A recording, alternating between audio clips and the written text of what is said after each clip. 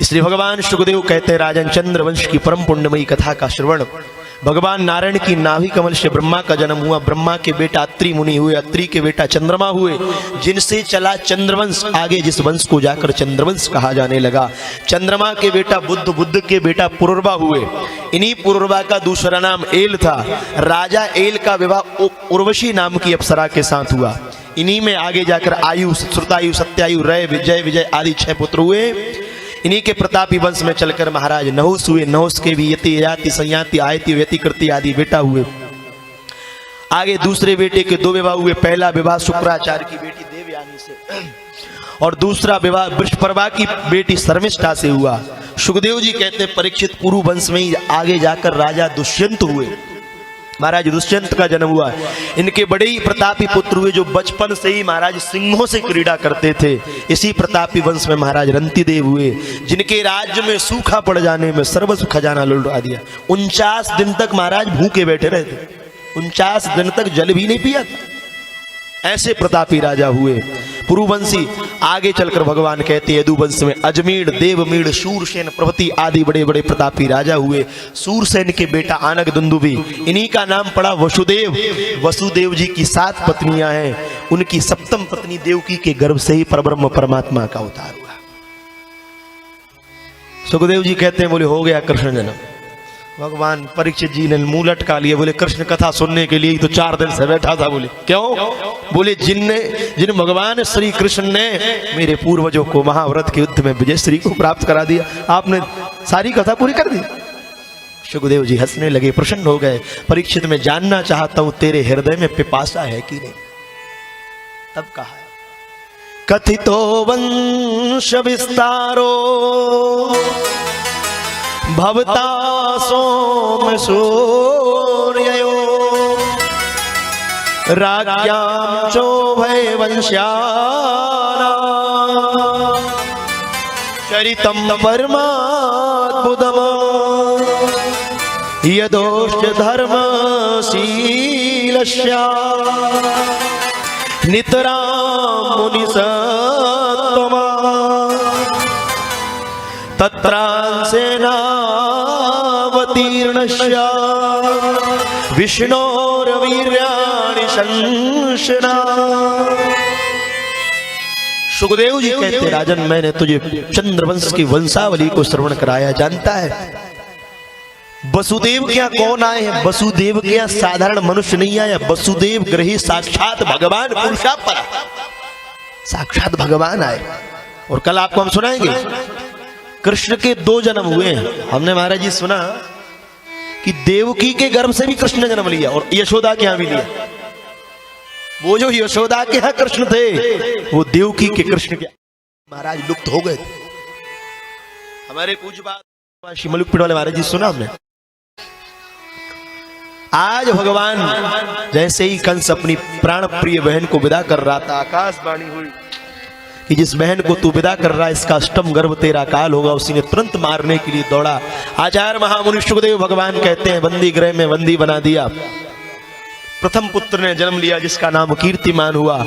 आगे 6 पुत्र हुए, 6 को मार दिया महाराज जी। सुखदेव जी कहते हैं 7वें के रूप में दाऊ दादा आए। क्यों? क्योंकि दाऊ दादा ब्रज के राजा हैं। ब्रज के राजा कृष्ण नहीं है, ब्रज के राजा तो हमारे दाऊ दादा है। तो भगवत कृपा से दाऊ दादा का अवतरण रोहिणी जी के गर्भ में आए। 8वें के रूप में साक्षात परब्रह्म परमात्मा का अवतरण होने को जा रहा है। सारे चारों ओर संतों की मंडलियां गोकुल की ओर जाने लगी। बोले क्यों? बोले आज भगवान अपने 2 पूर्ण अवतारों में पूर्ण अवतार लेकर आएंगे लीला करने के लिए। सारे संत ब्राह्मण ही कहते हे नाथ ऐसी कृपा करो, ऐसी कृपा करो कि ठाकुर जी सब पर अपने दिव्य दर्शन की कृपा करें। तो महाराज आज यमुना जी भी अपने वेग में आ गई। जैसे जैसे बढ़ता जा रहा है तो महाराज जी चैत आया, चैत्र का महीना आया, प्रकृति हरी भरी होने लगी। क्यों? क्योंकि चैत्र के महीने में रघुकुल कमल दिवाकर भगवान राघव आ गए। चैत्र के बाद वैशाख आया। अब तो और आनंद होने लगा। बोले क्यों? बस अब कुछ दिन बचे हैं, सरकार का अवतरण होने वाला है। वैशाख के बाद क्या आया? जेठ। जेठ ही आता है। क्या आता है? जेठ।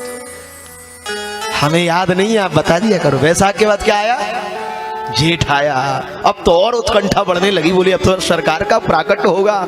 और जो जेठ का महीना आया तो जेठ के बाद आषाढ़ का महीना आ गया। आषाढ़ी आता है? पता नहीं, बता दिया करो। आषाढ़ महीना आया, अब तो वैष्णवों के हृदय की उत्कंठा बढ़ने लगी और देवकी का गर्भ ऐसा आनंदित होने लगा, मुखमंडल पर मानो ऐसा तेज हो रहा है। और जैसे ही आषाढ़ का महीना आया और यहाँ जो श्रावण आया और श्रावण का उत्सव जो मनने लगा, तो आज चारों तरफ लगने लगा कि ब्रजमंडल में आज असंख्यित गुण गण निलय परात्पर कलेश्वर परब्रह्म परमात्मा परमात्मा के रूप में साक्षात भगवान अवतार लेकर आ रहे हैं। अब तो वैष्णवों से रहा नहीं जा रहा। धीरे धीरे धीरे जैसे श्रावण का कृष्ण पक्ष बीत गया, अब तो जैसे ही शुक्ल पक्ष आया, अब तो धीरे धीरे ऐसा लगता है एक एक दिन वर्षों के जैसे निकल रहा है, धीरे धीरे धीरे धीरे। और जैसे ही श्रावण की पूर्णिमा आई और दूसरे दिन से भाद्रपद लगा, सखियां गदगद हो गई। बोले आज वैष्णवों को आनंद देने के लिए, ब्रजबामाओं को सुख देने के लिए नंद यशोदा के ही नहीं, सारे ब्रजवासियों के और सारे जगत के प्राण वल्लभ आ रहे हैं। जैसे ही भगवान के आने का हेतु बना है प्राणनाथ, अब तो जैसे भाद्रपद के कृष्ण पक्ष की प्रतिपदा तिथि आई, वैसे ही प्रतिपदा की तिथि आई तो प्रतिपदा भगवान प्रकृति में विलीन हो गए। प्रतिपदा कहती, बोले एक काम करो प्रभु, मेरे में ही आ जाओ। प्रतिपदा कहती है मेरे में ही आ जाओ। ठाकुर जी कहते हैं तेरी क्या महिमा है? हाँ, तेरी महिमा क्या है? अरे जानते नहीं हो, नूतन वर्ष तो मेरे ही दिन से शुरू होता है। प्रतिपदा है ना उस दिन, जिस दिन नया वर्ष प्रारंभ होता है। भगवान कहते देखेंगे। और प्रतिपदा निकल गई, द्वितीया आ गई। द्वितीया सुबह से हाथ जोड़कर खड़ी, बोले जय जय आप द्वितीया में आ जाओ। भगवान कहते तेरी क्या महिमा है?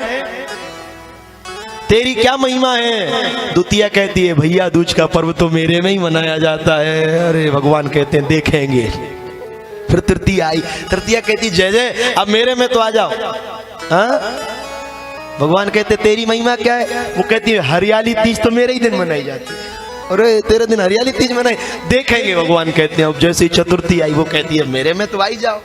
भगवान कहते हैं तेरी क्या महिमा है? चतुर्थी कहती है नाथ गणेश चतुर्थी तो मेरे ही दिन मनाई जाती है।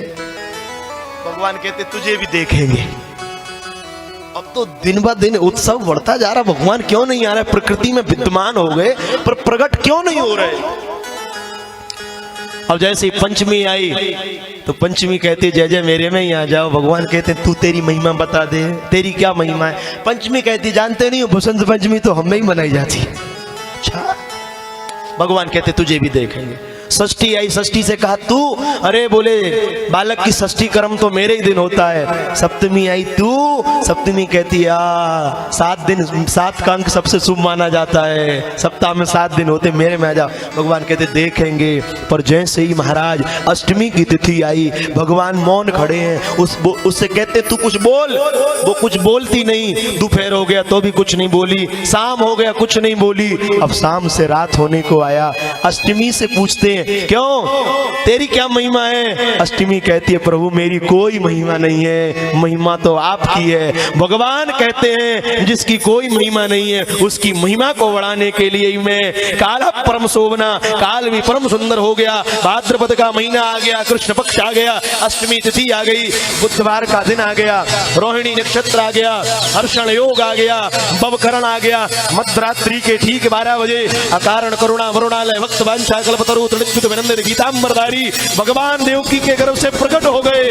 और प्रकट होकर चारों ओर देवताओं ने पुष्पों की वृष्टि कर दी। शंख की ध्वनि बजने लगी, देवता आनंदित हो गए।